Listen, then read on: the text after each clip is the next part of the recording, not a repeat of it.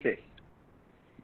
Honorable key speaker of the occasion, Professor Ashwini Kumar Bhallaji, respected dignitaries and guests, respected colleagues, research scholars and delegates, organizer Dr. Gurdeep ji, Madam Poonam ji, and dear students.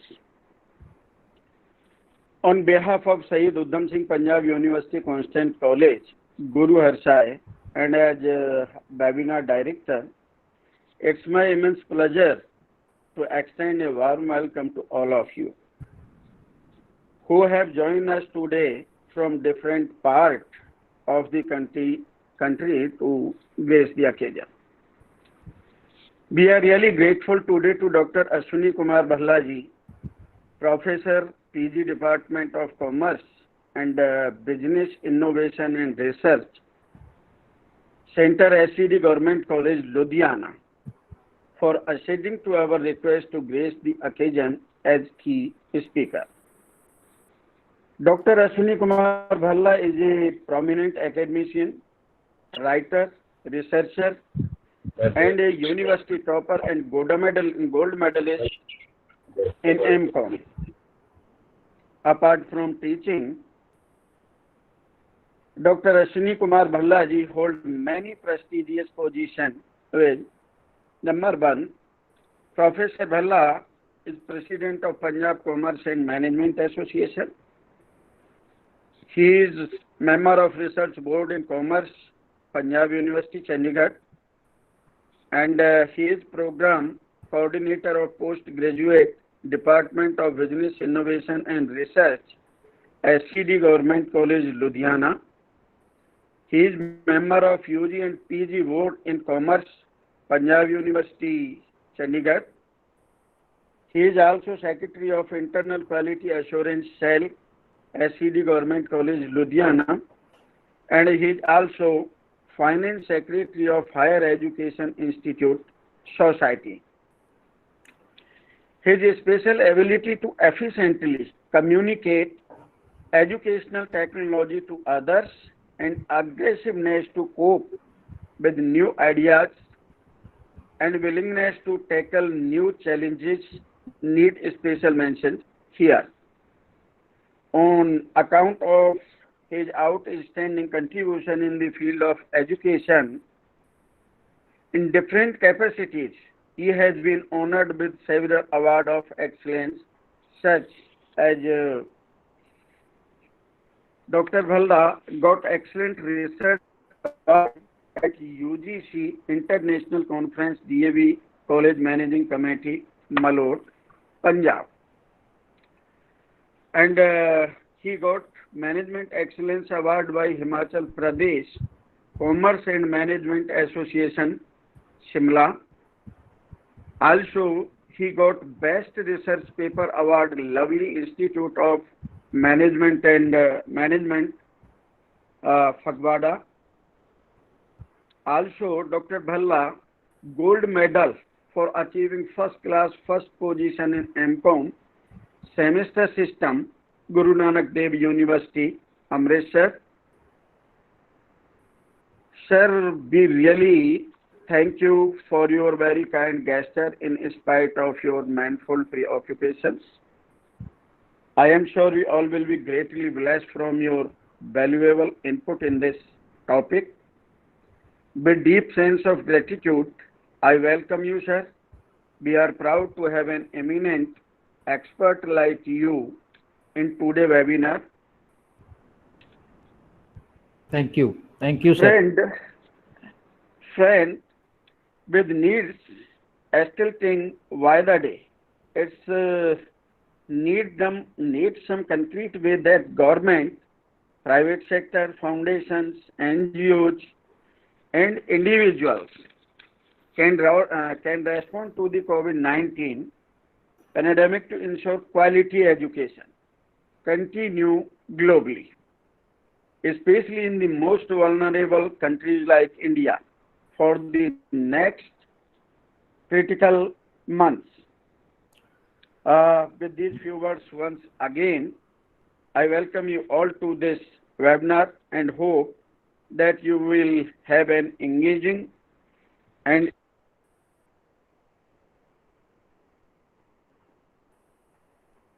Sir आप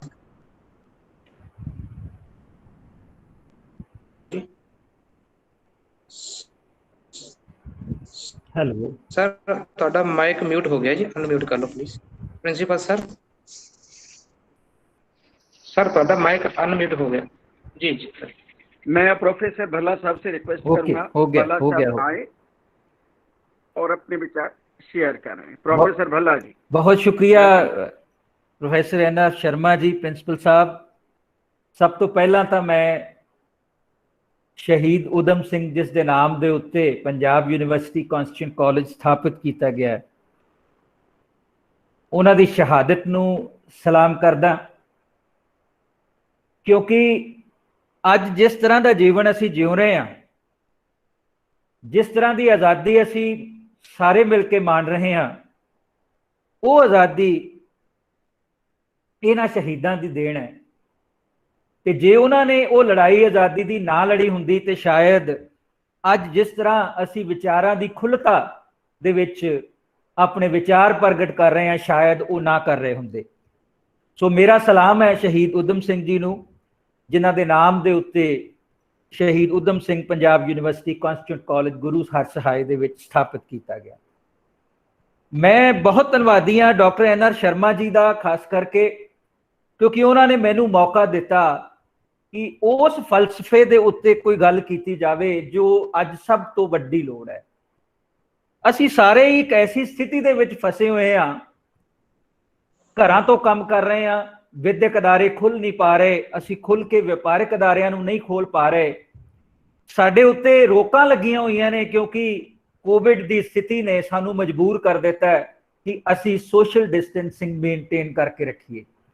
साडे मन दे विच डर है कि असी उस बीमारी की किते चपेट दे विच ना आ जाइए, लेकिन ये समा साडे वास्ते इंट्रोस्पैक्शन का समा है। इस समय के दौरान साडा ये फर्ज बन जाता है कि असी वो विचारां करिए कि खाए साडे पासों की गलतियां हो गई कि अज असी इस स्थिति दे विच फसे हुए हैं। कोविड-19 की स्थिति अपने आप नहीं आई, मनुख ने खुद लैके आंदी है। असी नेचर दे नाल, कुदरत दे नाल छेड़छाड़ करते रहे, असी अपना जीवन इस तरह का बना लिया कि असी अपने आप नूं यूनीवर्स का मास्टर समझन लग पे।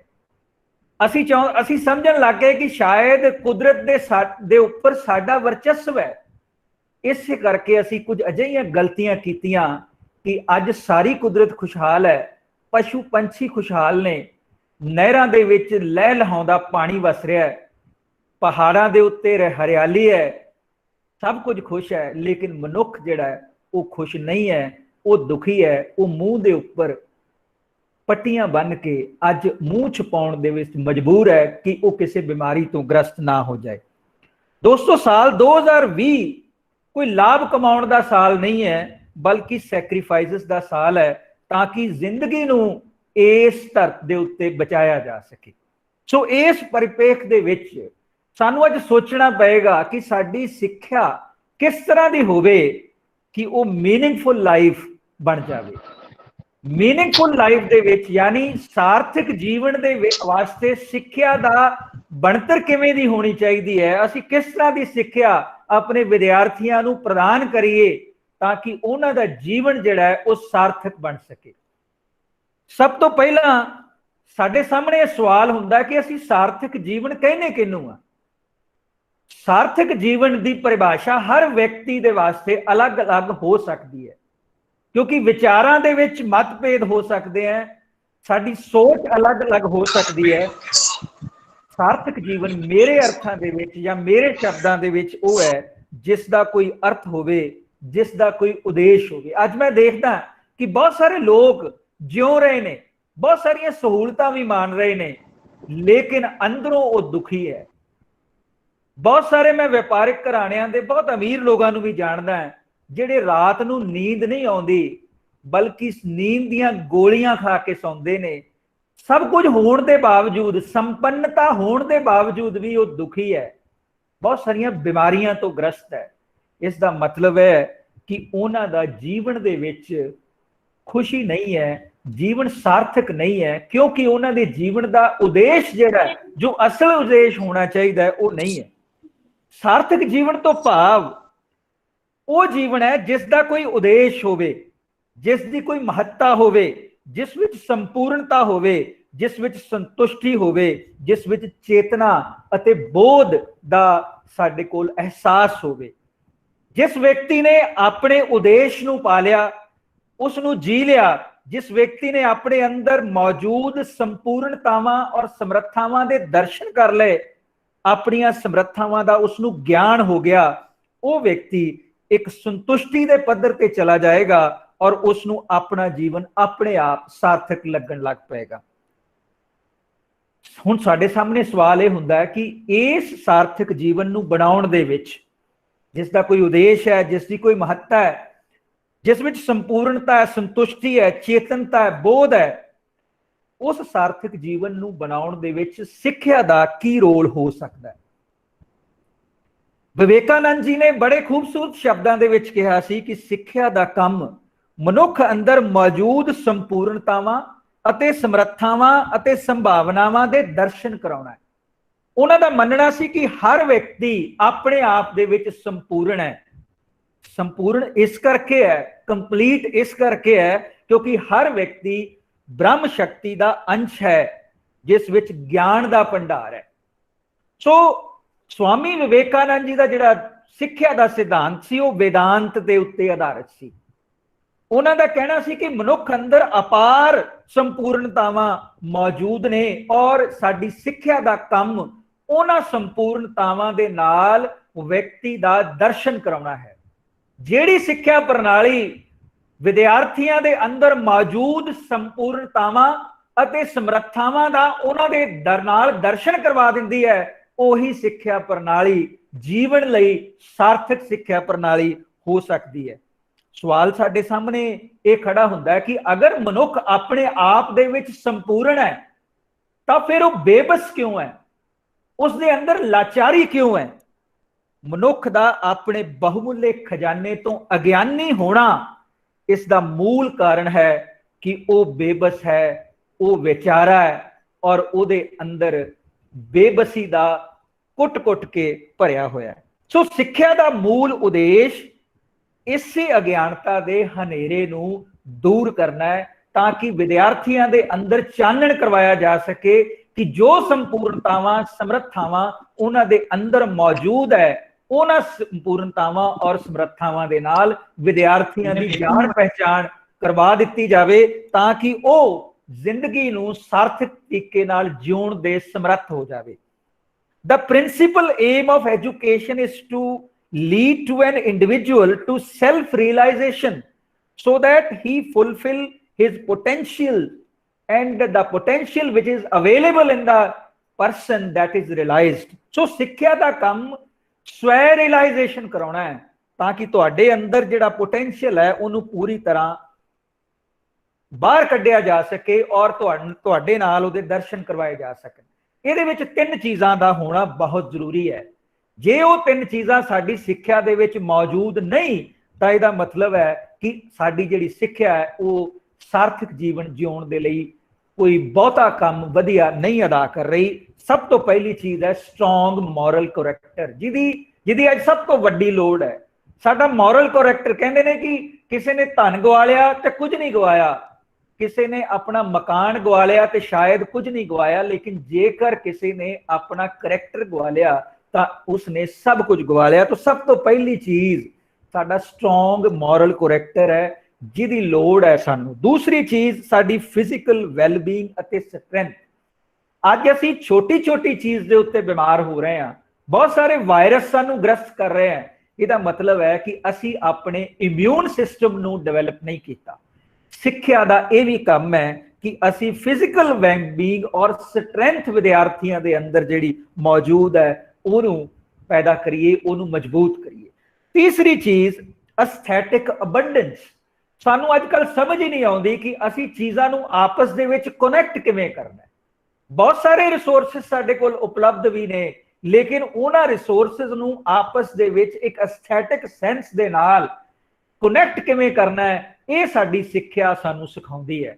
ਕਿਸੇ ਕੋਲ ਬਹੁਤ ਸਾਰੇ ਰੰਗ ਉਪਲਬਧ ਹੋ ਸਕਦੇ ਹੈ, ਬ੍ਰਸ਼ ਵੀ ਅਵੇਲੇਬਲ ਹੋ ਸਕਦੇ ਹੈ, ਔਰ ਨਾਲ ਦੀ ਨਾਲ ਇੱਕ ਕੈਨਵਸ ਵੀ ਉਪਲਬਧ ਹੋ ਸਕਦਾ, ਲੇਕਿਨ ਜੇਕਰ ਉਹਨਾਂ ਚੀਜ਼ਾਂ ਨੂੰ ਵਰਤ ਕੇ ਅਸੀਂ ਕਿਸੇ ਬਹੁਤ ਰੰਗੀ ਔਰ ਖੂਬਸੂਰਤ ਤਸਵੀਰ ਦਾ ਨਿਰਮਾਣ ਨਹੀਂ ਕਰ ਸਕਦੇ, ਤਾਂ ਇਹਦਾ ਮਤਲਬ ਹੈ ਕਿ ਸਾਡੇ ਅੰਦਰ ਉਹ ਗੁਣ, ਉਹ ਸਕਿੱਲ ਜੋ ਮੌਜੂਦ ਹੋਣੀ ਚਾਹੀਦੀ ਸੀ, ਜੋ ਸਿੱਖਿਆ ਨੇ ਪੈਦਾ ਕਰਨੀ ਸੀ, ਉਹ ਅਸੀਂ ਨਹੀਂ ਕਰ ਪਾ ਰਹੇ। ਅੱਜ ਸਾਡੇ ਸਾਹਮਣੇ ਸਵਾਲ ਇਹ ਉੱਠਦਾ ਹੈ, ਜਦੋਂ ਸਾਡੇ ਵਿਦਿਆਰਥੀ ਵਿਦਿਅਕ ਸੰਸਥਾਵਾਂ ਦੇ ਉੱਤੋਂ ਸਿੱਖਿਆ ਪ੍ਰਾਪਤ ਕਰਕੇ ਬਾਹਰ ਨਿਕਲਦੇ ਆ ਤਾਂ ਉਹਨਾਂ ਦੇ ਸਾਹਮਣੇ ਬਹੁਤ ਸਾਰੇ ਰਸਤੇ ਉਪਲਬਧ ਹੁੰਦੇ ਆ, ਲੇਕਿਨ ਉਹਨਾਂ ਨੂੰ ਇਸ ਚੀਜ਼ ਦਾ ਗਿਆਨ ਨਹੀਂ ਹੁੰਦਾ, ਉਹਨਾਂ ਦੀ ਸਮਰੱਥਾ ਹੀ ਬਾਹਰ ਨਿਕਲ ਕੇ ਨਹੀਂ ਆਉਂਦੀ ਕਿ ਉਹ ਕਿਹੜੇ ਰਸਤੇ ਦੀ ਚੋਣ ਕਰਨ। ਇਸੇ ਤਰ੍ਹਾਂ ਜੇ ਕੋਈ ਉਹ ਰਸਤਾ ਚੁਣ ਵੀ ਲੈਂਦੇ ਨੇ ਤਾਂ ਉਸ ਰਸਤੇ ਦੇ ਉੱਪਰ ਚੱਲਣ ਲਈ ਉਹਨਾਂ ਦੇ ਪੈਰ ਡਗਮਗਾਉਂਦੇ ਨੇ। ਕਿਉਂ ਇਸ ਕਰਕੇ ਡਗਮਗਾਉਂਦੇ ਨੇ? ਕਿਉਂਕਿ ਉਹਨਾਂ ਦੇ ਅੰਦਰ ਉਹ ਆਤਮ ਵਿਸ਼ਵਾਸ ਜੋ ਸਾਡੀਆਂ ਸਮਰੱਥਾਵਾਂ ਨੇ ਬਾਹਰ ਨਿਕਲ ਕੇ ਪੈਦਾ ਕਰਨਾ ਸੀ, ਉਹ ਸਾਡੀਆਂ ਵਿਦਿਅਕ ਸੰਸਥਾਵਾਂ ਪੂਰਾ ਨਹੀਂ ਕਰ ਸਕਦੀ। ਸੋ ਗੁਰੂ ਨਾਨਕ ਦੇਵ ਜੀ ਤੋਂ ਵੱਡਾ ਸ਼ਾਇਦ ਐਜੂਕੇਸ਼ਨ ਦਾ ਫਿਲਾਸਫਰ ਇਸ ਦੁਨੀਆ ਤੇ ਕੋਈ ਨਹੀਂ ਹੋਇਆ। ਗੁਰੂ ਨਾਨਕ ਦੇਵ ਜੀ ਸ਼ਾਇਦ ਕਿਸੇ ਸਕੂਲ ਦੇ ਵਿੱਚ ਜਾਂ ਕਿਸੇ ਕਾਲਜ ਜਾਂ ਯੂਨੀਵਰਸਿਟੀ ਦੇ ਵਿੱਚ ਸ਼ਾਇਦ ਪੜ੍ਹਨ ਨਹੀਂ ਗਏ ਹੋਣਗੇ, ਲੇਕਿਨ ਉਹਨਾਂ ਨੇ 4 ਉਦਾਸੀਆਂ ਕੀਤੀਆਂ, ਔਰ ਗੁਰੂ ਨਾਨਕ ਵਰਗਾ ਸਾਹਿਤ ਅੱਜ ਕਿਤੇ ਮੌਜੂਦ ਨਹੀਂ। ਔਰ ਗੁਰੂ ਨਾਨਕ ਦੇ ਸਿੱਖਿਆ ਦਰਸ਼ਨ ਨੂੰ ਅਸੀਂ ਹਰ ਰੋਜ਼ ਦੁਹਰਾਉਂਦੇ ਹਾਂ। ਗੁਰੂ ਨਾਨਕ ਦੇਵ ਜੀ ਨੇ ਬਸ ਕੁਝ ਕੁ ਸ਼ਬਦਾਂ ਦੇ ਵਿੱਚ ਕਿਹਾ ਸੀ ਕਿ ਵਿਦਿਆ ਵਿਚਾਰੀ ਤਾਂ ਪਰਉਪਕਾਰੀ। ਵਿਦਿਆ ਤੋਂ ਭਾਵ ਉਹਨਾਂ ਦਾ ਪੜ੍ਹਾਈ, ਸਿੱਖਿਆ, ਇਲਮ, ਬੋਧ, ਵਿਚਾਰ, ਜਾਣਕਾਰੀ, ਗਿਆਨ ਤੋਂ ਸੀ। ਤੇ ਵਿਚਾਰੀ ਦਾ ਮਤਲਬ ਵਿਚਾਰ ਕਰਨਾ, ਜਿਹਦੇ ਵਿੱਚ ਉਤਸੁਕਤਾ ਹੈ, ਜਿਹਦੇ ਵਿੱਚ ਜਿਗਿਆਸਾ ਹੈ, ਜਿਹਦੇ ਵਿੱਚ ਪ੍ਰਸ਼ਨ ਉੱਤਰ ਕਰਨ ਦੀ ਸਮਰੱਥਾ ਹੈ, ਜਿਹਦੇ ਵਿੱਚ ਸੋਚ ਪੈਦਾ ਕਰਨ ਦੀ ਇੱਕ ਸ਼ਕਤੀ ਹੈ, ਉਸ ਨੂੰ ਅਸੀਂ ਅਸਲ ਸਿੱਖਿਆ ਕਹਿੰਦੇ ਆ। ਲੇਕਿਨ ਜੇ ਅਸੀਂ ਅੱਜ ਕੱਲ੍ਹ ਝਾਤ ਮਾਰੀਏ ਆਪਣੀ ਮੌਜੂਦਾ ਸਿੱਖਿਆ ਪ੍ਰਣਾਲੀ ਦੇ ਉੱਤੇ, ਤਾਂ ਵਿਦਿਆ ਵਿਚਾਰੀ ਨਹੀਂ ਜਾ ਰਹੀ, ਕਿਉਂਕਿ ਵਿਦਿਆ ਦੇ ਰਾਹੀਂ ਅਸੀਂ ਸਿਰਫ ਰੋਟ ਲਰਨਰ ਪੈਦਾ ਕਰ ਰਹੇ ਹਾਂ, ਜਿਹੜੇ ਕਿ ਸਾਰਾ ਸਾਲ ਸਮੈਸਟਰ ਦੇ ਵਿੱਚ ਵਿਦਿਆ ਪ੍ਰਾਪਤ ਕਰਦੇ ਨੇ, ਐਗਜ਼ਾਮੀਨੇਸ਼ਨ ਦੇ ਵਿੱਚ ਵੋਮਿਟ ਕਰ ਦਿੰਦੇ ਨੇ, ਤੇ ਜਦੋਂ ਸਿੱਖਿਆ ਸੰਸਥਾਵਾਂ ਤੋਂ ਬਾਹਰ ਨਿਕਲ ਕੇ ਜਾਂਦੇ ਨੇ ਤੇ ਉਹਨਾਂ ਦੇ ਹੱਥ ਪੱਲੇ ਕੁਝ ਵੀ ਨਹੀਂ ਹੁੰਦਾ। ਉਹ ਕਿਉਂ ਨਹੀਂ ਹੁੰਦਾ? ਕਿਉਂਕਿ ਅਸੀਂ ਵਿਦਿਆ ਦੇ ਉੱਤੇ ਵਿਚਾਰ ਨਹੀਂ ਕੀਤਾ। ਅਸੀਂ ਵਿਦਿਆਰਥੀਆਂ ਦੇ ਅੰਦਰ ਉਹ ਉਤਸੁਕਤਾ, ਉਹ ਜਿਗਿਆਸਾ ਪੈਦਾ ਨਹੀਂ ਕੀਤੀ ਜੋ ਪ੍ਰਸ਼ਨ ਉੱਤਰ ਦੇ ਰਾਹੀਂ ਆਉਣੀ ਸੀ। ਵਿਦਿਆ ਇੱਕ ਵਨ ਵੇ ਟ੍ਰੈਫਿਕ ਬਣ ਕੇ ਰਹਿ ਗਿਆ, ਜਿੱਥੇ ਕਲਾਸ ਦੇ ਵਿੱਚ ਅਧਿਆਪਕ ਆਪਣੇ ਵੱਲੋਂ ਇੱਕ ਲੈਕਚਰ ਦਿੰਦਾ ਹੈ ਔਰ ਵਿਦਿਆਰਥੀ ਉਹਨੂੰ ਸੁਣਦੇ ਨੇ, ਕਾਪੀ ਤੇ ਨੋਟ ਕਰ ਲੈਂਦੇ ਨੇ, ਉਸ ਨੂੰ ਰੱਟ ਲੈਂਦੇ ਨੇ ਤੇ ਐਗਜ਼ਾਮੀਨੇਸ਼ਨ ਦੇ ਵਿੱਚ ਵੋਮਿਟ ਕਰ ਦਿੰਦੇ ਨੇ। ਕਿਸੇ ਤਰ੍ਹਾਂ ਦੀ ਸੋਚ ਡਿਵੈਲਪ ਕਰਨ ਦੇ ਵਿੱਚ ਅਸੀਂ ਉਹਨਾਂ ਨੂੰ ਸਮਰੱਥ ਨਹੀਂ ਕਰ ਰਹੇ। ਸੋ ਸਾਨੂੰ ਇਹ ਸੋਚਣਾ ਪਏਗਾ। ਮੈਂ ਕਹਿੰਦਾ ਅਸੀਂ ਰੋਜ਼ ਗੁਰੂ ਨਾਨਕ ਦੀ ਬਾਣੀ ਨੂੰ ਪੜ੍ਹਦੇ ਹਾਂ। ਗੁਰੂ ਨਾਨਕ ਸਾਹਿਬ ਨੇ ਬਹੁਤ ਗੱਲਾਂ ਸਿੱਖਿਆ ਦੇ ਉੱਪਰ ਕਹੀਆਂ ਔਰ ਕਈ ਤਰ੍ਹਾਂ ਦੇ ਸਿੱਖਿਆ ਮਾਡਲ ਉਹਨਾਂ ਨੇ ਸਾਡੇ ਸਾਹਮਣੇ ਪੇਸ਼ ਕੀਤੇ। ਸਾਨੂੰ ਕਿਸੇ ਮੈਕੌਲੇ ਦਾ ਸਿੱਖਿਆ ਮਾਡਲ ਪੜ੍ਹਨ ਦੀ ਲੋੜ ਨਹੀਂ, ਸਾਨੂੰ ਕਿਸੇ ਇੰਗਲੈਂਡ ਅਮਰੀਕਾ ਦੇ ਮਾਡਲ ਪੜ੍ਹਨ ਦੀ ਲੋੜ ਨਹੀਂ। ਸਾਡੇ ਗ੍ਰੰਥਾਂ ਦੇ ਵਿੱਚ, ਸਾਡੇ ਗੁਰੂਆਂ ਨੇ, ਸਾਡੇ ਵੇਦਾਂ ਦੇ ਵਿੱਚ ਬਹੁਤ ਸਾਰੇ ਐਕਸਪਰਟਸ ਨੇ ਬਹੁਤ ਕੁਝ ਲਿਖ ਦਿੱਤਾ ਹੋਇਆ। ਜੇਕਰ ਉਹਦੇ ਉੱਤੇ ਅਸੀਂ ਵਿਚਾਰ ਕਰ ਲਈਏ, ਇੱਕ ਸੋਚ ਬਣਾ ਲਈਏ, ਤੇ ਸ਼ਾਇਦ ਅਸੀਂ ਐਸੇ ਮਨੁੱਖ ਪੈਦਾ ਕਰ ਸਕਦੇ ਹਾਂ ਜਿਹੜੇ ਇਸ ਦੇਸ਼ ਦੇ ਹਿਊਮਨ ਰਿਸੋਰਸ ਬਣ ਜਾਣਗੇ। ਅੱਜ ਹਿਊਮਨ ਰਿਸੋਰਸ ਨਹੀਂ ਬਣਿਆ ਹੋਇਆ, ਅੱਜ ਹਿਊਮਨ ਰਿਸੋਰਸ ਨਹੀਂ ਹੈ, ਇੱਕ ਹਿਊਮਨ ਇੱਕ ਲਾਇਬਿਲਿਟੀ ਬਣਿਆ ਹੋਇਆ। ਹਰ ਵਿਅਕਤੀ ਦੇਸ਼ ਦੇ ਉੱਤੇ ਭਾਰ ਹੈ। ਛੋਟੀ ਜੀ ਕਰੋਨਾ ਦੀ ਬਿਮਾਰੀ ਆਈ, ਅਸੀਂ ਸਾਰੇ ਨਿਰਭਰ ਹੋ ਗਏ ਸਰਕਾਰਾਂ ਦੇ ਉੱਤੇ। ਅਸੀਂ ਸਰਕਾਰਾਂ ਤੋਂ ਮੰਗ ਕਰਨਾ ਸ਼ੁਰੂ ਕਰ ਦਿੱਤਾ ਕਿ ਸਾਡੇ ਕੋਲ ਇਹ ਉਪਲਬਧ ਨਹੀਂ, ਸਾਡੇ ਕੋਲ ਉਹ ਉਪਲਬਧ ਨਹੀਂ। ਉਹਦਾ ਕਾਰਨ ਇਹ ਹੈ ਕਿ ਉਹ ਸਮਰੱਥਾ ਜੋ ਸਾਡੇ ਵਿੱਚ ਆਉਣੀ ਚਾਹੀਦੀ ਸੀ, ਉਹ ਸਵੈ ਨਿਰਭਰਤਾ ਜੋ ਸਾਡੀ ਸਿੱਖਿਆ ਨੇ ਸਾਨੂੰ ਦੇਣੀ ਸੀ, ਉਹ ਨਹੀਂ ਦਿੱਤੀ, ਤੇ ਅੱਜ ਅਸੀਂ ਵਿਚਾਰੇ ਤੇ ਬੇਬਸ ਬਣ ਕੇ ਤੁਰੇ ਫਿਰਦੇ ਹਾਂ। ਸਵਾਮੀ ਵਿਵੇਕਾਨੰਦ ਨੇ ਬਹੁਤ ਖੂਬਸੂਰਤ ਸ਼ਬਦਾਂ ਵਿੱਚ ਅੱਗੇ ਕਿਹਾ ਸੀ ਕਿ ਸਿੱਖਿਆ ਦਾ ਅਰਥ ਮਨੁੱਖੀ ਚੇਤਨਾ ਨੂੰ ਜਗਾਉਣਾ ਹੈ। ਔਰ ਮੈਨੂੰ ਬੜੇ ਹੀ ਅਫਸੋਸ ਨਾਲ ਕਹਿਣਾ ਪੈਂਦਾ ਕਿ ਅੱਜ ਮਨੁੱਖੀ ਚੇਤਨਾ ਬਿਲਕੁਲ ਸੁੰਨ ਹੈ। ਮਨੁੱਖ ਆਪਣੇ ਆਪ ਦੇ ਵਿੱਚ ਚੇਤਨ ਨਹੀਂ ਹੈ। ਕੁਝ ਅਪਵਾਦ ਹੋ ਸਕਦੇ ਨੇ। ਔਰ ਸਵਾਮੀ ਜੀ ਨੇ ਕਿਹਾ ਸੀ ਕਿ ਸਿੱਖਿਆ ਦਾ ਕੰਮ ਵਿਅਕਤੀ ਤੋਂ ਪੁਰਸ਼ ਸਥਾਪਿਤ ਕਰਨ ਦਾ ਕੰਮ ਕਰਨਾ ਹੈ। ਪੁਰਸ਼ ਤੋਂ ਭਾਵ ਉਹਨਾਂ ਦਾ ਇਸਤਰੀ ਔਰ ਪੁਰਸ਼ ਦੋਨਾਂ ਤੋਂ ਹੀ ਹੈ। ਉਹਨਾਂ ਨੇ ਬੜੇ ਖੂਬਸੂਰਤ ਸ਼ਬਦਾਂ ਦੇ ਵਿੱਚ ਵਿਅਕਤੀ ਔਰ ਪੁਰਸ਼ ਦੇ ਵਿੱਚ ਅੰਤਰ ਕਰਨ ਦਾ ਯਤਨ ਕੀਤਾ। ਉਹਨਾਂ ਦਾ ਕਹਿਣਾ ਸੀ ਕਿ ਆਪਣੀਆਂ ਫੌਰੀ ਜ਼ਰੂਰਤਾਂ ਤੇ ਅੰਤਰ ਪ੍ਰਵਿਰਤੀਆਂ ਲਈ ਜੋ ਮਨੁੱਖ ਕੰਮ ਕਰਦਾ ਹੈ ਉਹ ਵਿਅਕਤੀ ਹੈ। ਉਸ ਵਿਅਕਤੀ ਦੇ ਵਿੱਚ ਲਾਲਸਾ ਹੈ, ਉਸ ਵਿੱਚ ਅੰਤਰ ਵਿਰੋਧ ਹੈ, ਉਹ ਵਿਅਕਤੀ ਇੱਛਾਵਾਂ ਦਾ ਗੁਲਾਮ ਹੈ, ਉਹ ਮਨੁੱਖ ਵਿਅਕਤੀ ਹੈ, ਉਹ ਪੁਰਸ਼ ਨਹੀਂ ਹੈ। ਪੁਰਸ਼ ਕੌਣ ਹੈ? ਜਿਸਨੇ ਆਪਣੀਆਂ ਲਾਲਸਾਵਾਂ ਦੇ ਉੱਤੇ ਨਿਯੰਤਰਣ ਰੱਖ ਲਿਆ, ਜਿਸਨੇ ਇਨਸਾਨੀ ਮੁੱਲਾਂ ਅਨੁਸਾਰ ਜੋ ਮਨੁੱਖ ਕਾਰਜਸ਼ੀਲ ਹੈ ਉਹ ਮਨੁੱਖ ਪੁਰਸ਼ ਬਣ ਜਾਂਦਾ ਹੈ ਔਰ ਪੁਰਸ਼ ਇੱਛਾਵਾਂ ਤੋਂ ਮੁਕਤ ਹੁੰਦਾ ਹੈ। ਔਰ ਵਿਦਿਆ ਦਾ ਕੰਮ ਵਿਅਕਤੀ ਨੂੰ ਪੁਰਸ਼ ਸਥਾਪਿਤ ਕਰਨਾ ਹੈ ਤਾਂ ਕਿ ਉਹ ਜੀਵਨ ਦੇ ਲਈ ਸਾਰਥਕ ਬਣ ਸਕੇ, ਦੇਸ਼ ਦੇ ਲਈ ਇੱਕ ਸਰੋਤ ਬਣ ਸਕੇ। ਔਰ ਪੁਰਸ਼ ਬਣਨ ਦੇ ਲਈ 3 ਚੀਜ਼ਾਂ ਦਾ ਹੋਣਾ ਬਹੁਤ ਮਹੱਤਵਪੂਰਨ ਹੈ। ਪਹਿਲੀ ਚੀਜ਼ ਸਦਭਾਵਨਾ ਹੈ, ਦੂਸਰੀ ਚੀਜ਼ ਸ਼ੁਭ ਕਾਮਨਾ ਹੈ ਤੇ ਤੀਸਰੀ ਚੀਜ਼ ਸਰਬੱਤ ਦਾ ਭਲਾ ਹੈ। ਅਗਰ ਇਹਨਾਂ 3 ਚੀਜ਼ਾਂ ਦੇ ਉੱਪਰ ਅਸੀਂ ਵਿਚਾਰ ਕਰ ਲਈਏ ਔਰ ਜੇ ਸਿੱਖਿਆ ਪ੍ਰਣਾਲੀ ਹਰ ਵਿਦਿਆਰਥੀ ਦੇ ਅੰਦਰ ਸਦਭਾਵਨਾ ਪੈਦਾ ਕਰ ਦੇਵੇ, ਸ਼ੁਭ ਕਾਮਨਾ ਪੈਦਾ ਕਰ ਦੇਵੇ, ਸ਼ੁਭ ਕਾਮਨਾ ਹਰੇਕ ਦੇ ਪ੍ਰਤੀ, ਕਿਉਂਕਿ ਅਸੀਂ ਮੰਨਣਾ ਸ਼ੁਰੂ ਕਰ ਦਿਆਂਗੇ ਕਿ ਮੈਂ ਸ੍ਰਿਸ਼ਟੀ ਦਾ ਇੱਕ ਲੇਸ਼ ਮਾਤਰ ਜਿਹਾ ਅੰਗ ਹਾਂ, ਬਾਕੀ ਵੀ ਅੰਗ ਨੇ ਜਿਨ੍ਹਾਂ ਦੀ ਲਈ ਮੈਂ ਸੋਝੀ ਹਾਂ, ਸੋਝੀ ਲੋੜਦਾ ਹਾਂ ਔਰ ਮੈਂ ਉਹਨਾਂ ਦੇ ਲਈ ਸ਼ੁਭ ਕਾਮਨਾ ਰੱਖਦਾ ਹਾਂ ਔਰ ਸਰਬੱਤ ਦੇ ਭਲੇ ਦੀ ਗੱਲ ਕਰਨੀ ਸ਼ੁਰੂ ਕਰ ਦਈਏ ਤਾਂ ਹੋਰ ਕੁਝ ਵੀ ਨਹੀਂ ਚਾਹੀਦਾ, ਬਾਕੀ ਸਾਰੀਆਂ ਚੀਜ਼ਾਂ ਆਪਣੇ ਆਪ ਉਹਦੇ ਅੰਦਰ ਆ ਜਾਣਗੀਆਂ। ਇੱਥੇ ਮੈਂ ਹੁਣ ਗੁਰੂਦੇਵ ਰਵਿੰਦਰਨਾਥ ਟੈਗੋਰ ਜੀ ਦਾ ਜ਼ਿਕਰ ਜ਼ਰੂਰ ਕਰਨਾ ਚਾਹਾਂਗਾ।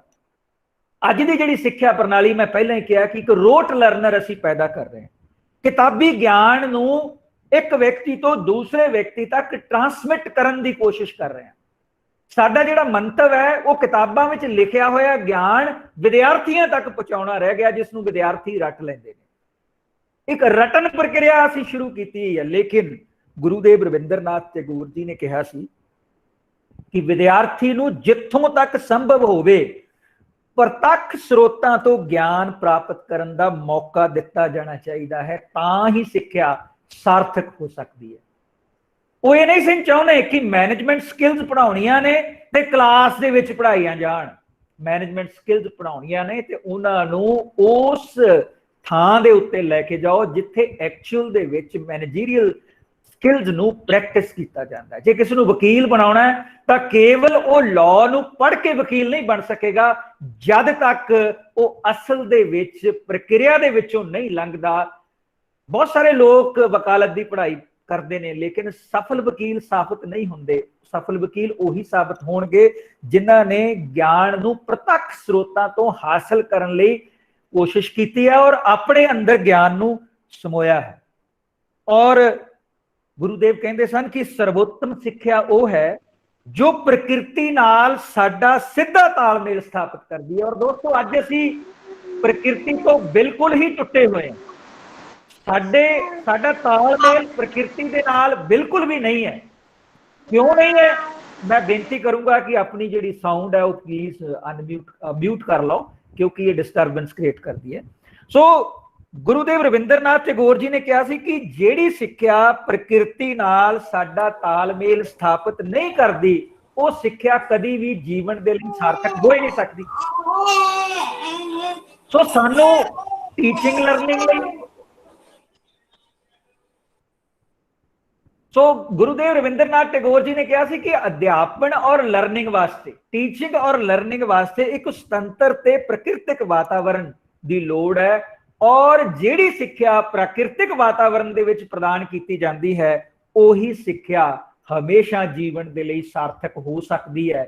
ਅਦਰਵਾਈਜ਼ ਜੇਕਰ ਅਸੀਂ ਨੇਚਰ ਤੋਂ ਟੁੱਟ ਜਾਵਾਂਗੇ, ਜੋ ਅੱਜ ਕੱਲ ਅਸੀਂ ਟੁੱਟੇ ਹੋਏ, ਨੌਜਵਾਨਾਂ ਦੇ ਅੰਦਰ ਨੇਚਰ ਨੂੰ ਪ੍ਰੋਟੈਕਟ ਕਰਨ ਦੀ ਕਿਸੇ ਤਰ੍ਹਾਂ ਦੀ ਕੋਈ ਸੋਝੀ ਨਹੀਂ। ਕੋਈ ਵਿਅਕਤੀ ਨਹੀਂ ਸੋਚਦਾ ਕਿ ਅਸੀਂ ਨੇਚਰ ਨੂੰ ਕਿਵੇਂ ਗੰਦਲਾ ਕਰ ਰਹੇ ਹਾਂ, ਅਸੀਂ ਪ੍ਰਦੂਸ਼ਣ ਪੈਦਾ ਕਰ ਰਹੇ ਹਾਂ, ਅਸੀਂ ਪਾਣੀ ਨੂੰ ਖਰਾਬ ਕਰ ਰਹੇ ਹਾਂ, ਅਸੀਂ ਜਿਹੜੇ ਨੈਚੁਰਲ ਰਿਸੋਰਸਿਸ ਹੈ ਉਹਨਾਂ ਨੂੰ ਪੂਰੀ ਤਰ੍ਹਾਂ ਭੰਗ ਕਰਦੇ ਜਾ ਰਹੇ ਹਾਂ। ਲੇਕਿਨ ਸਾਡੇ ਅੰਦਰ ਨੇਚਰ ਦੇ ਨਾਲ ਅਸੀਂ ਬਿਲਕੁਲ ਵੀ ਕਨੈਕਟਡ ਨਹੀਂ। ਜਦੋਂ ਪਹਿਲਾ ਲਾਕਡਾਊਨ ਹੋਇਆ ਸੀ 21 दिन बिल्कुल जदों असीं घर च रहे सां ते लोक नेचर दे नाल जुड़े, लोगों नूं पंछियां ਦੀਆਂ आवाज़ां सोहणीਆਂ लगन लग पईयां, लोक पौधे लगाउण लग पए।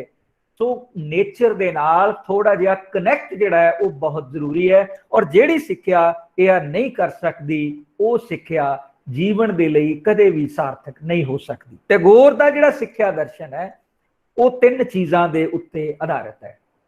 टैगोर साहब कहंदे ने कि जिहड़ी सिੱਖਿਆ प्रणाली है वो यूनिवर्सल ते सार्वभौमिक होनी चाहिए है, ਉਹਦੇ अंदर सर्व व्यापकता मौजूद होनी चाहिए है।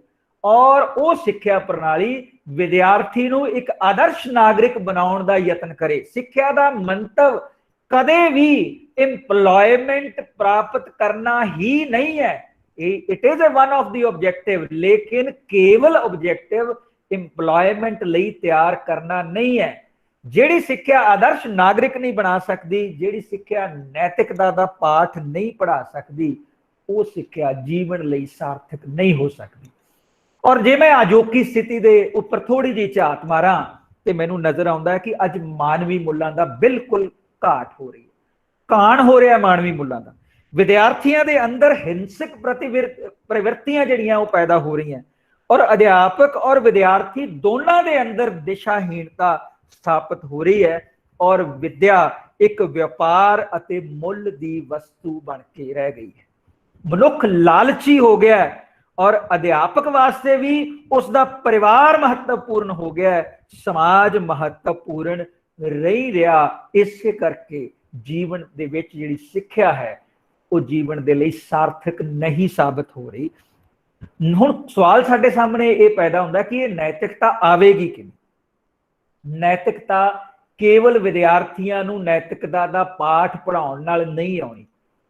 गुरुदेव रविंद्रनाथ टैगोर जी कहते सन कि सानू 5 खेत्रां दे विच नैतिकता लैके आउणी पवेगी और उस हायरार्की दे विच सानू काम करना पएगा। अदरवाइज जे असीं नैतिकता का पाठ पढ़ावांगे तां शायद जे उहदा आचरण असीं आप नहीं करदे तां अगे ये नैतिकता नहीं आ सकदी। उन्हां दा कहना सी सब तो पहला विद्यक प्रशासन दे विच नैतिकता आवे, दूसरा अध्यापक दे विच नैतिकता आवे, विद्यार्थियों दे विच नैतिकता आवे, मापियां दे विच नैतिकता आवे, समाज दे हर अंग दे विच नैतिकता सानू स्थापित करनी पएगी, तां ये नैतिकता साडे समाज दे विच उभर के आवेगी। अदरवाइज नैतिकता दा पाठ पढ़ाउण दे नाल कुछ नहीं बनना और इहदे लई सानू आप आदर्श बनना पएगा।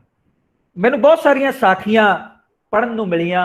मुंशी प्रेमचंद जी उन्हां दे विचों एक ने, लाल बहादुर शास्त्री जी उन्हां दे विचों एक ने। मुंशी प्रेमचंद जी दे बारे कहा जाता कि उन्हां नूं स्कूलां दी इंस्पैक्शन दा काम दिता गया ते उहदे लई एक घोड़ा गाड़ी उस समय होया करदी सन, कारां तां नहीं होया करदियां सन, वो प्रोवाइड की गई कि तुसीं इहदे उत्ते जाके स्कूलां दी इंस्पैक्शन करोगे ते रिपोर्ट जिहड़ी है उच्च अधिकारी नूं सबमिट करोगे। मुंशी प्रेमचंद जी का जो नवा विआह होया ते उन्हां दी पत्नी ने कहा कि किते घूमण जाया जावे। वो कहंदे घूमण किवें जावांगे, कोई साधन नहीं है। वो कहंदे साधन बाहर खड़ा है, असीं उस घोड़ा गाड़ी का वरतों कर सकते हैं, लेकिन उन्होंने इस तो ना कर दी कि नहीं अजिहा नहीं हो सकता क्योंकि ये सरकारी कामां दे लई प्रोवाइड की गई है। तो जदों एक सरकारी अफसर, जदों इस किसी कॉलेज का प्रिंसीपल अपनी दिती हुई सरकार की दिती हुई गड्डी की अपनी परसनल वरतों वास्ते यूज करता है तो नैतिकता का घाण उत्थों ही शुरू हो जाता है। सो सब तो वध जरूरी है कि नैतिकता असी विद्यक प्रशासन तो शुरू करिए, फिर अध्यापक दे विच लैके जाइए, विद्यार्थियों दे विच लैके जाइए।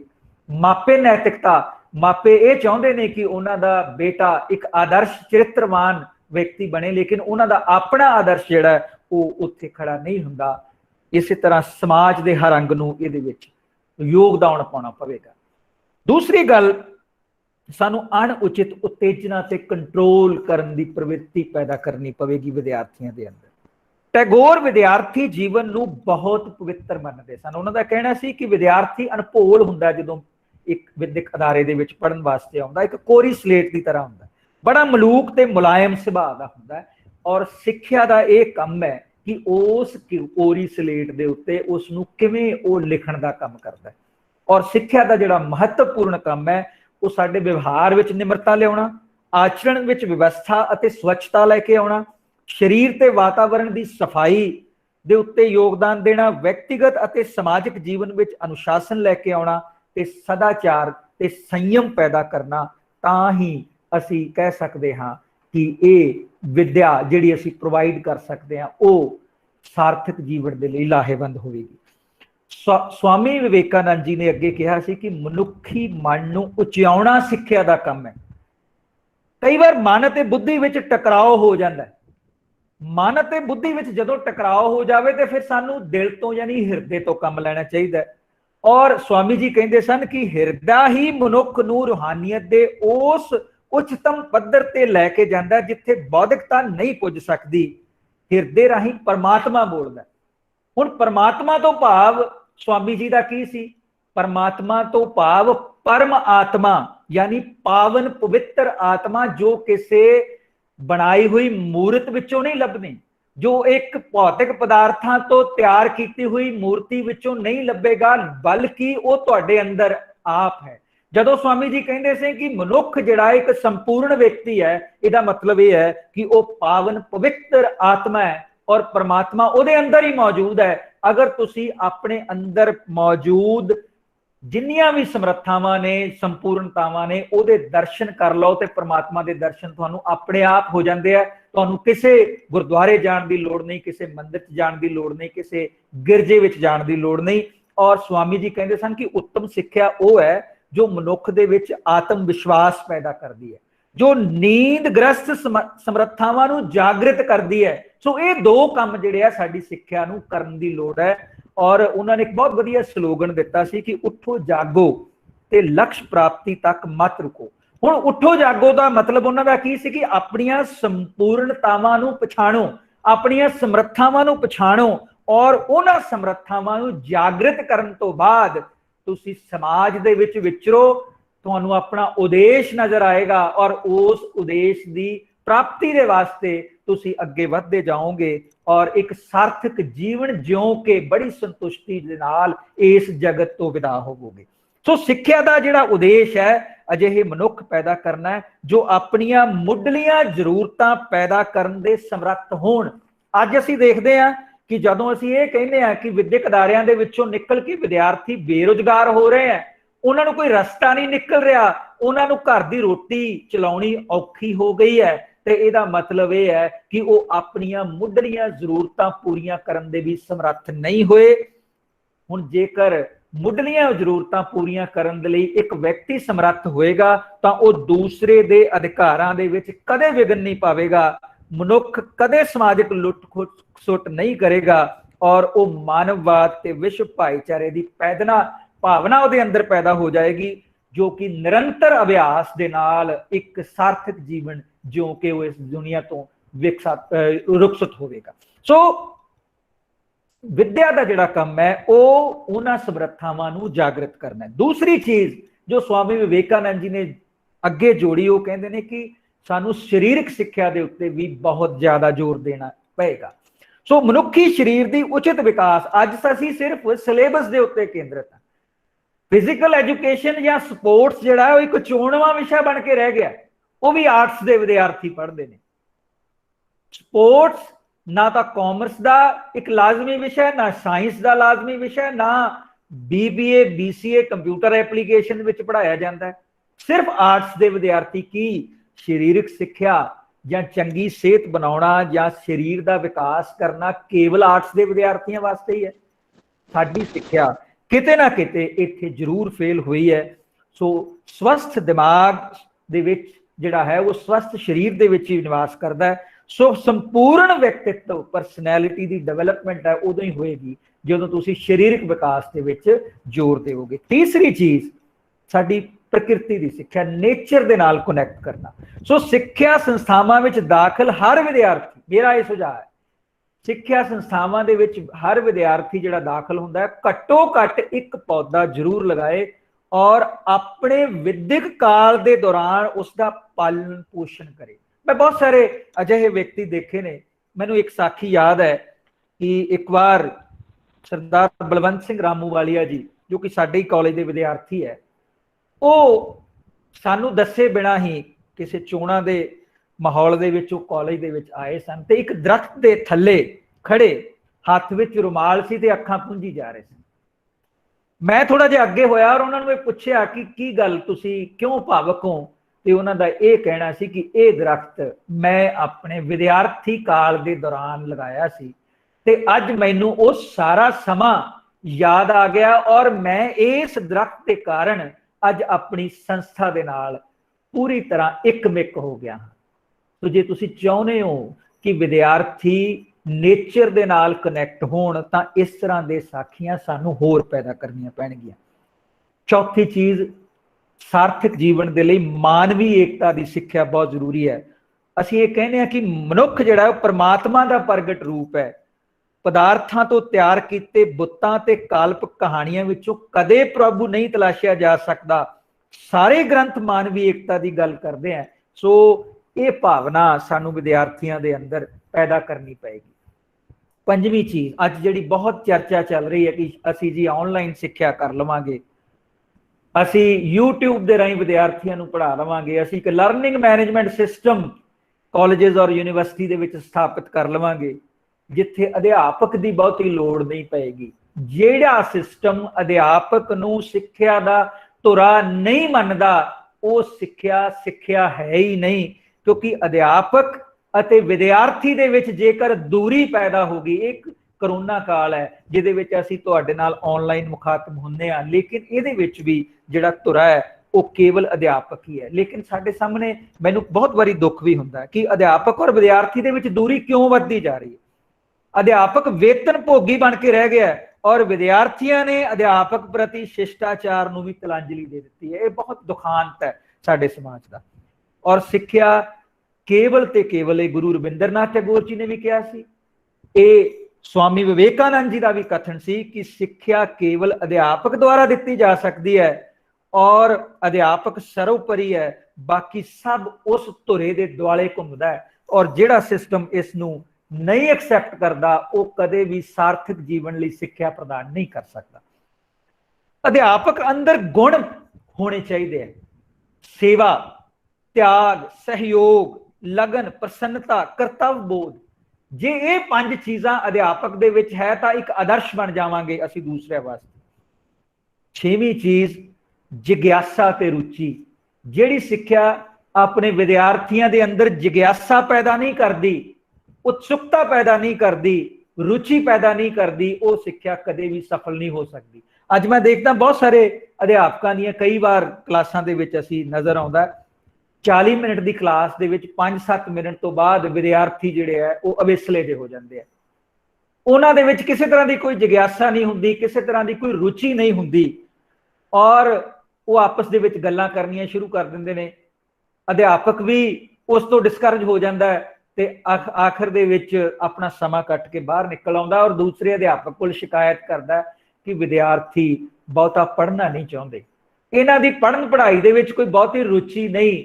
ਬਲਕਿ ਅਸਲ ਤਾਂ ਇਹ ਹੈ ਕਿ ਤੁਸੀਂ ਉਸ ਜਿਗਿਆਸਾ ਨੂੰ ਪੈਦਾ ਕਰਨ ਦੇ ਵਿੱਚ ਅਸਫਲ ਹੋਏ ਹੋ, ਉਸ ਰੁਚੀ ਨੂੰ ਪੈਦਾ ਕਰਨ ਦੇ ਵਿੱਚ ਅਸਫਲ ਹੋਏ ਹੋ, ਤੁਸੀਂ ਇੱਕ ਸਫਲ ਅਧਿਆਪਕ ਨਹੀਂ ਹੋ। ਇਸ ਕਰਕੇ ਵਿਦਿਆਰਥੀ ਤੁਹਾਡੀ ਕਲਾਸ ਦੇ ਵਿੱਚ ਅਵੇਸਲੇ ਨੇ, ਉਹਨਾਂ ਦਾ ਕਿਸੇ ਤਰ੍ਹਾਂ ਦਾ ਕੋਈ ਇੰਟਰਸਟ ਨਹੀਂ ਹੈ।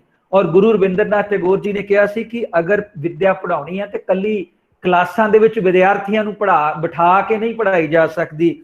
ਭ੍ਰਮਣ ਸਮੇਂ ਪੜ੍ਹਾਓ, ਉਹਨਾਂ ਨੂੰ ਕਿਰਿਆ ਵਿਧੀ ਦੇ ਰਾਹੀਂ ਪੜ੍ਹਾਓ, ਵਾਦ ਵਿਵਾਦ ਦੇ ਰਾਹੀਂ ਪੜ੍ਹਾਓ, ਪ੍ਰਸ਼ਨ ਉੱਤਰ ਵਿਧੀ ਦੇ ਨਾਲ ਪੜ੍ਹਾਓ।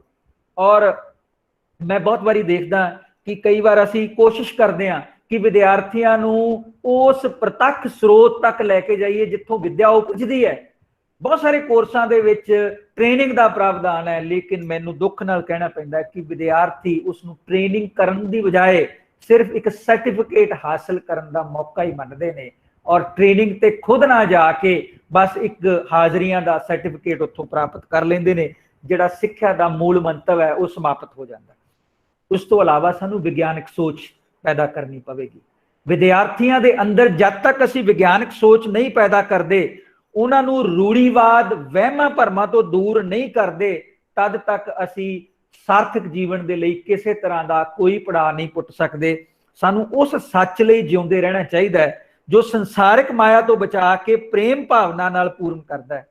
ਔਰ ਬਹੁਤ ਸਾਰੇ ਵਿਦਵਾਨਾਂ ਨੇ ਹਮੇਸ਼ਾ ਕਿਹਾ ਚਾਹੇ ਉਹ ਸਵਾਮੀ ਵਿਵੇਕਾਨੰਦ ਜੀ ਸਨ, ਚਾਹੇ ਉਹ ਗੁਰੂ ਗੁਰਦੇਵ ਰਵਿੰਦਰਨਾਥ ਟੈਗੋਰ ਜੀ ਸਨ ਜਾਂ ਅਰਵਿੰਦੂ ਘੋਸ਼ ਸਨ, ਤਿੰਨਾਂ ਨੇ ਇਹੀ ਕਿਹਾ ਕਿ ਸਿੱਖਿਆ ਨੂੰ ਆਪਣੀ ਮਾਤ ਭਾਸ਼ਾ ਦੇ ਵਿੱਚ ਗ੍ਰਹਿਣ ਕਰਨਾ ਬਹੁਤ ਜ਼ਰੂਰੀ ਹੈ।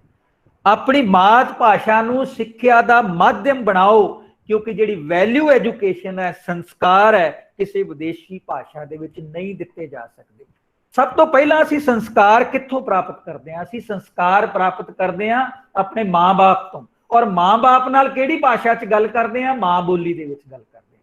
ਤੇ ਜੇ ਉਹੀ ਚੀਜ਼ ਅਸੀਂ ਵਿਦਿਅਕ ਅਦਾਰਿਆਂ ਦੇ ਵਿੱਚ ਲੈ ਕੇ ਆ ਜਾਈਏ ਕਿ ਘੱਟੋ ਘੱਟ ਪ੍ਰਾਇਮਰੀ ਲੈਵਲ ਦੇ ਤੱਕ ਸਾਡੀ ਜਿਹੜੀ ਸਿੱਖਿਆ ਹੈ ਉਹ ਮਾਤ ਭਾਸ਼ਾ ਦੇ ਵਿੱਚ ਦਿੱਤੀ ਜਾਵੇ, ਤਾਂ ਸ਼ਾਇਦ ਸਾਰਥਕ ਜੀਵਨ ਦੇ ਲਈ ਇੱਕ ਬਹੁਤ ਵੱਡੀ ਚੀਜ਼ ਹੋ ਸਕਦੀ ਹੈ। ਸਵਾਮੀ ਵਿਵੇਕਾਨੰਦ ਜੀ ਕਹਿੰਦੇ ਸਨ ਕਿ education means that process by which character is formed, strength of mind is increased, intellect is sharpened, and as a result of which one can stand on its feet। ਲੇਕਿਨ ਤੁਸੀਂ ਪੜਚੋਲ ਕਰਕੇ ਦੇਖ ਲਓ ਕਿ ਗ੍ਰੈਜੂਏਸ਼ਨ, ਪੋਸਟ ਗ੍ਰੈਜੂਏਸ਼ਨ ਕਰਨ ਤੋਂ ਬਾਅਦ ਜਦੋਂ ਤੁਸੀਂ ਵਿਦਿਅਕ ਅਦਾਰਿਆਂ ਚੋਂ ਬਾਹਰ ਨਿਕਲਦੇ ਹੋ, ਕਿੰਨੇ ਕੁ ਆਪਣੇ ਪੈਰਾਂ ਦੇ ਉੱਤੇ ਖੜੇ ਹੁੰਦੇ ਹੋ। ਰਵਿੰਦਰਨਾਥ ਟੈਗੋਰ ਜੀ ਨੇ ਇੱਕ ਬਹੁਤ ਸੁੰਦਰ ਪ੍ਰਾਰਥਨਾ ਦਿੱਤੀ ਸੀ ਸਾਨੂੰ ਸਾਰਿਆਂ ਨੂੰ। ਮੈਂ ਉਸ ਪ੍ਰਾਰਥਨਾ ਨੂੰ ਤੁਹਾਡੇ ਨਾਲ ਜ਼ਰੂਰ ਦੁਹਰਾਉਣਾ ਚਾਹਾਂਗਾ, ਜਿਹਦੇ ਵਿੱਚ ਸਾਰਥਕ ਜੀਵਨ ਦੇ ਲਈ ਜੋ ਸਿੱਖਿਆ ਲੋੜੀਂਦੀ ਹੈ ਉਹ ਸਾਰਾ ਕੁਝ ਹੀ ਆ ਜਾਂਦਾ ਹੈ। रविंद्रनाथ टैगोर जी ये कहते सन कि जहां हमारे मन में डर नहीं, जहां हम सर्व ऊंचा कर जी सकें, जहां ज्ञान मुक्त हो, जहां विश्व छोटी छोटी दीवारों में ना बटा हो, जहां प्रशिक्षण के लिए सदा इच्छुक हो, जहां हम बिना डर के अपने विचार व्यक्त कर सकें, हे ईश्वर मुझे वहां ले जाना। तो विद्यक संस्थावां उस थां बन सकदियां जिथे कोई डर ना होवे, जिथे तुसी सिर उच्चा करके प्रशिक्षण प्राप्त कर सको, जिथे बिना डर दे विचारां नूं व्यक्त कर सको, ईश्वर भी उत्थे निवास करेगा। सो सार्थक जीवन दे लई विद्या दे लई इहो जिहियां अदारे, इहो जिहियां संस्थावां सानूं पैदा करनियां पैणगीਆਂ। स्वामी दयानंद सरस्वती वो भी एक बहुत बड़े दार्शनिक होए ने। उन्होंने कहा सी कि a man without education only a man in name, सिर्फ एक व्यक्ति है and it is his bound duty to get education, become virtuous, free from malice, preach from all well-being of the people, fight for the cause of righteousness। और teacher दे बारे उन्होंने कहा सी कि एक टीचर कौन है? एक वाइज मैन, नेवर आइडल और लेजी। अज कोरोना काल दे विच बहुत सारे अध्यापक मैं वेखदा कि वो बैठ गए आ घरां दे विच, कालेज खुल्लणगे, कुछ ना कुछ होएगा, लेकिन ये समा सी ਜਦੋਂ ਤੁਸੀਂ ਵਿਦਿਆਰਥੀਆਂ ਦੇ ਲਈ ਬਹੁਤ ਕੁਝ ਕਰਨਾ ਹੈ। ਸਾਧਨ ਉਪਲਬਧ ਨੇ, ਸਾਧਨਾਂ ਦੀ ਕੋਈ ਕਮੀ ਨਹੀਂ, ਲੇਕਿਨ ਅਸੀਂ ਆਈਡਲ ਔਰ ਲੇਜ਼ੀ ਹੋ ਕੇ ਬਹਿ ਗਏ। And a teacher is that which is not affected by pleasure or pain, profit or loss, honour or dishonour, and has always faith in dharma and can not be tempted by sensual objects. So education for perfection ਦੀ ਗੱਲ स्वामी दयानंद जी ने की थी, which is a multi sided curriculum. ਅਸੀਂ choice based credit system ਲਾਗੂ ਕਰਨ ਦੀ ਕੋਸ਼ਿਸ਼ ਕੀਤੀ ਯੂਨੀਵਰਸਿਟੀ ਕਾਲਜਸ ਦੇ ਵਿੱਚ, ਪਰ ਸਫਲ ਨਹੀਂ ਹੋਏ ਕਿਉਂਕਿ ਬਹੁਤ ਸਾਰੇ ਲੋਕਾਂ ਦੇ ਹਿੱਤ ਇਹਦੇ ਨਾਲ ਅਫੈਕਟ ਹੁੰਦੇ ਸੀ। ਉਹਨਾਂ ਨੇ ਆਪਣਾ ਨਿੱਜੀ ਹਿੱਤ ਦੇਖਿਆ, ਵਿਦਿਆਰਥੀਆਂ ਦਾ ਭਲਾ ਨਹੀਂ ਸੋਚਿਆ। ਹਿਊਮਨਿਜ਼ਮ ਤੇ ਰੈਸ਼ਨਲਿਜ਼ਮ ਵੱਲ ਸਾਨੂੰ ਐਜੂਕੇਸ਼ਨ ਲੈ ਕੇ ਜਾਂਦੀ ਹੈ। ਔਰ ਗੁਰੂ ਨਾਨਕ ਦੇਵ ਜੀ ਦੇ ਕੁਝ ਸ਼ਬਦਾਂ ਦੇ ਨਾਲ ਮੈਂ ਆਪਣੀ ਇਸ ਬਾਣੀ ਨੂੰ ਵਿਰਾਮ ਦਿਆਂਗਾ ਕਿ ਉਹਨਾਂ ਨੇ ਕਿਹਾ ਜੀ ਕਿ ਗੁਰੂ ਨਾਨਕ ਦੇਵ ਜੀ ਨੇ ਆਪਣੇ ਸ਼ਬਦ ਦੇ ਵਿੱਚ ਕਿਹਾ ਸੀ ਕਿ ਗੁਰੂ ਜਿਨ੍ਹਾਂ ਕਾ ਅੰਧਲਾ ਚੇਲੇ ਨਾਹੀ ਠਾਓ। ਜਿਨ੍ਹਾਂ ਦਾ ਗੁਰੂ ਅੰਨਾ ਹੋ ਗਿਆ ਹੋਵੇ, ਉਹਨਾਂ ਚੇਲਿਆਂ ਨੂੰ ਥਾਂ ਠਿਕਾਣਾ ਨਹੀਂ ਮਿਲ ਸਕਦਾ। ਸਾਨੂੰ ਆਪਣੇ ਅਧਿਆਪਕ ਦੇ ਰੂਪ ਦੇ ਵਿੱਚ, ਇੱਕ ਅਧਿਆਪਕ ਦੇ ਰੂਪ ਦੇ ਵਿੱਚ ਸਾਨੂੰ ਬਦਲਣਾ ਪਵੇਗਾ। ਜੇ ਮੇਰੇ ਹੀ ਮਨ ਦੇ ਵਿੱਚ ਅੰਧਕਾਰ ਹੈ, ਜੇ ਮੇਰੀਆਂ ਅੱਖਾਂ ਦੇ ਅੰਦਰ ਭਵਿੱਖ ਨਜ਼ਰ ਨਹੀਂ ਆਉਂਦਾ, ਤਾਂ ਫਿਰ ਮੈਂ ਆਪਣੇ ਚੇਲਿਆਂ ਦੇ ਲਈ ਵੀ ਕੋਈ ਥਾਂ ਟਿਕਾਣਾ ਨਹੀਂ ਲੱਭ ਸਕਦਾ। ਸੋ ਸੁਚੱਜਾ ਸਾਰਥਕ ਜੀਵਨ ਜਿਉਣਾ ਇੱਕ ਕਲਾ ਹੈ। ਇਸ ਕਲਾ ਨੂੰ ਉਦਮ ਨਾਲ ਸਿੱਖਿਆ ਵੀ ਜਾ ਸਕਦਾ ਹੈ। ਮਨ ਨੂੰ ਸੱਚਾ ਸੁੱਚਾ ਕਰਨਾ ਪਵੇਗਾ। ਸੋ ਬਾਬਾ ਫਰੀਦ ਦੇ ਇੱਕ ਸ਼ਬਦ ਦੇ ਨਾਲ ਮੈਂ ਤੁਹਾਡੇ ਨਾਲ ਗੱਲ ਸਾਂਝੀ ਕਰਾਂਗਾ ਕਿ ਫਰੀਦਾ ਬੁਰੇ ਦਾ ਭਲਾ ਕਰ, ਗੁੱਸਾ ਮਨ ਨਾ ਹੰਡਾਏ, ਦੇ ਰੋਗ ਨਾ ਲੱਗਈ, ਪੱਲੇ ਸਭ ਕੁਝ ਪਾਏ। ਤੇ ਗੁਰੂ ਨਾਨਕ ਦੇਵ ਜੀ ਨੇ ਕਿਹਾ ਸੀ ਕਿ ਮਿੱਠਤ ਨੀਵੀਂ ਨਾਨਕਾ ਗੁਣ ਚੰਗਿਆਈਆਂ ਤਤ, ਤੇ ਲਾਸਟ ਦੇ ਵਿੱਚ ਕਿਆ ਪੜ੍ਹੀਏ ਕਿਆ ਗੁਣੀਏ, ਕਿਆ ਵੇਦ ਪੁਰਾਣਾ ਸੁਣੀਏ, ਪੜ੍ਹੇ ਸੁਣੇ ਕਿਆ ਹੋਈ, ਜੋ ਸਹਿਜ ਨਾ ਮਿਲਿਓ ਸੋਈ। ਸੋ ਜੇਕਰ ਪੜ੍ਹ ਲਿਖ ਕੇ ਕਿਤਾਬਾਂ ਪੜ੍ਹਨ ਤੋਂ ਬਾਅਦ, ਪੁਰਾਣ ਪੜ੍ਹਨ ਤੋਂ ਬਾਅਦ ਸਾਡੇ ਮਨ ਦੇ ਅੰਦਰ ਸਹਿਜ ਸਥਾਪਿਤ ਨਹੀਂ ਹੋਇਆ, ਤਾਂ ਸ਼ਾਇਦ ਅਸੀਂ ਜੀਵਨ ਨੂੰ ਸਾਰਥਕ ਬਣਾਉਣ ਦੇ ਵਿੱਚ ਅਸਫਲ ਹੋਵਾਂਗੇ।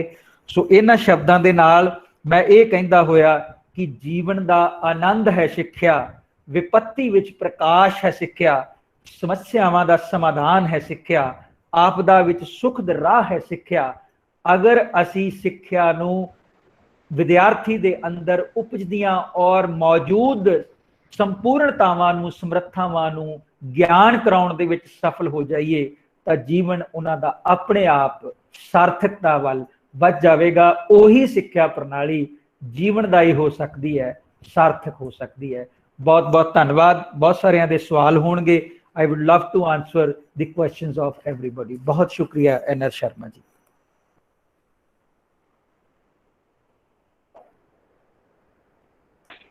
थैंक यू सर, बहुत ही इन्फॉर्मेटिव एंड नॉलेजेबल लेक्चर थी। और सर ने फिलोसफरां दा जिहड़ा जिक्र कीता, गुरु नानक देव जी, स्वामी विवेकानंद, ਤੁਹਾਡੀ आवाज कट रही है सर। रविंद्रनाथ टैगोर जी, स्वामी दयानंद सरस्वती, बाबा फरीद, बहुत ही उन्होंने दे वधिया तरीके दे नाल नूं एक्सप्लेन कीता है। शायद सिग्नल की प्रॉब्लम होएगी सर। हाँ ठीक। और 3 एंगल तो विद्या की गल की, सद्भावना, शुभकामना ते सर्वदा। जिस भी पर्सन का सवाल है वो अपना माइक अनम्यूट कीजिए सर। हाँ जी सर। गुरदीप तेरी वॉइस कट रही है, क्लियर नहीं थी सर। कौन आवाज आ रही है? आ रही है सर, आ रही है, आ रही है। हेलो जी जी जी। सही है गुरदीप। अगर जिस भी पर्सन का कोई सवाल है वो अपना माइक अनम्यूट करके सवाल कर सकता है जी। चैट बॉक्स में किसी व्यक्ति का कोई सवाल नहीं आया, इस करके वो डायरेक्ट ही सवाल अपना पुट कर सकता है जी।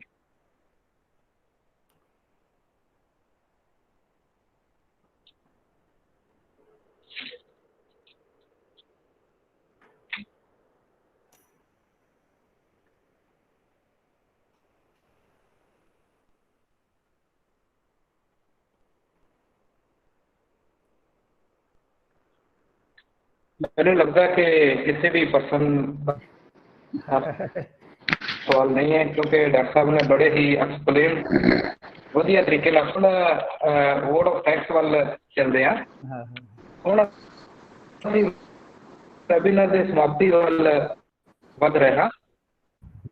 मैं अज दे मेहमान डॉक्टर अश्विनी कुमार पल्ला जी का तहे दिलों धन्नवाद करना चाहता हाँ, जिन्हों ने अपनी जिंदगी के रुझेविਆਂ ਵਿੱਚੋਂ कीमती समा कढ़ के साडे विच हाजिर होए।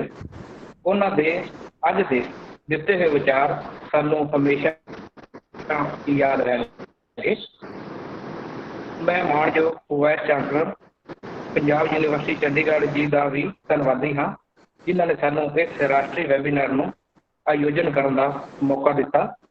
मैं अपने कॉलेज के प्रिंसीपल डॉक्टर NR शर्मा जी का भी धन्नवाद करना चाहता हाँ, जिन्हों की संयोग अगवाई हेठ कॉलेज वालों आयोजित वैबीनारां की सीरीज़ का अज 13वां वैबीनार संपूर्ण होया।